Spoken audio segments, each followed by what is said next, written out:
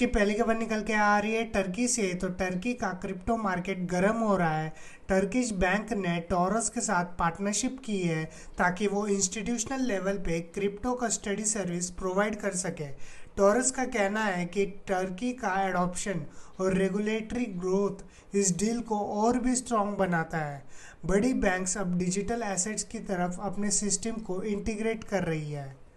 अगली खबर निकल के आ रही है येटी ऊरो की तरफ से। तो शिबा का कॉइन ने पिछले कुछ ही दिनों में अप्स एंड डाउन्स बहुत दिखाया है और एक्सपर्ट कह रहे हैं कि इसकी लॉन्ग टर्म वैल्यू के लिए और ज़्यादा यूटिलिटी ज़रूरी है। दूसरी तरफ येटी ऊरो ने अपने प्री सेल स्टेज 2 कंप्लीट कर लिया है। 200 मिलियन टोकन सेल्स हो चुके हैं और अब स्टेज 3 $0.024 पे चल रहा है। इसका play to earn racing game 5% burn mechanism और सॉलिड प्रूफ ऑडिट इन्वेस्टर्स को अट्रैक्ट कर रहा है। आपको क्या लगता है, क्या शिब इस कॉम्पिटिटर के सामने टिक पाएगा? कमेंट सेक्शन में ज़रूर बताना। अगली खबर निकल के आ रही है मैराथन डिजिटल की तरफ से। तो मैराथन डिजिटल का बिटकॉइन प्रोडक्शन फरवरी मंथ में 6% से गिर गया।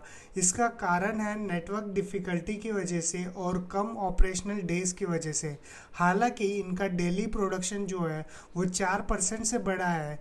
कंपनी अब ओहियो में अपने 40 मेगावाट्स के डाटा सेंटर्स को कंप्लीट करने वाली है, जिसमें ये लोग S21 pro immersion miners install करेंगे ताकि इफ़िशियंसी और कॉस्ट कंट्रोल और इम्प्रूव हो सके।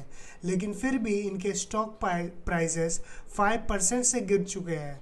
मुझे लगता है ये माइनिंग इंडस्ट्री के लिए एक बहुत बड़ा सबक और अलर्ट भी हो सकता है।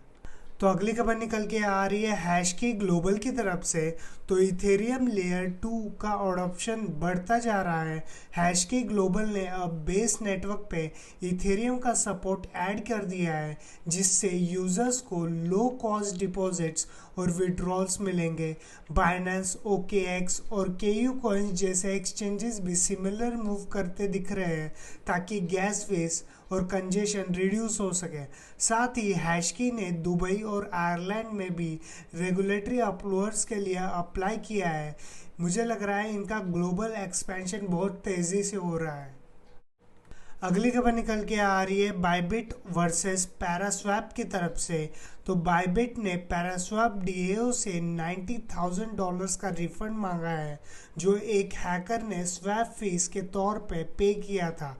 क्रिप्टो कम्युनिटी में अब डिबेट चालू हो चुकी है कि क्या स्मार्ट कॉन्ट्रैक्ट ट्रांजैक्शंस को रिवर्स करना सही होगा, लेकिन कुछ लोगों का कहना है कि ये एक डेंजरस मूव हो सकता है। ये एक गलत प्रेसिडेंट सेट करेगा, जबकि दूसरे कह रहे हैं कि बाइबिट के लीगल इश्यूज अवॉइड करने के लिए ये ज़रूरी है।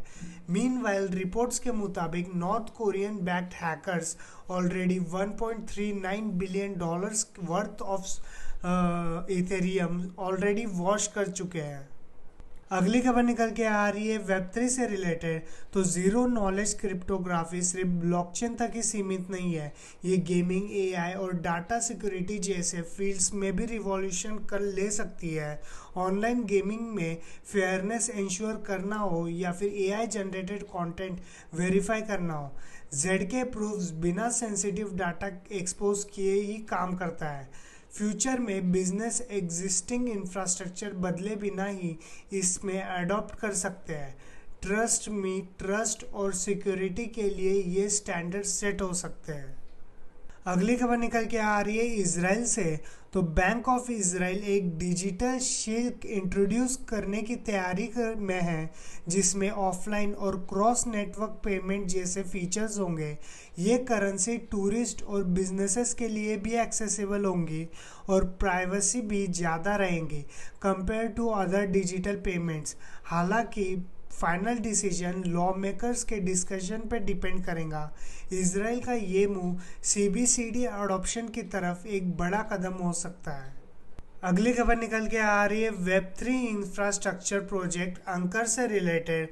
तो अंकर का प्राइस पिछले एक महीने में 24% से गिर गया है, लेकिन ये अब रिकवरी सिग्नल्स को दिखा रहा है।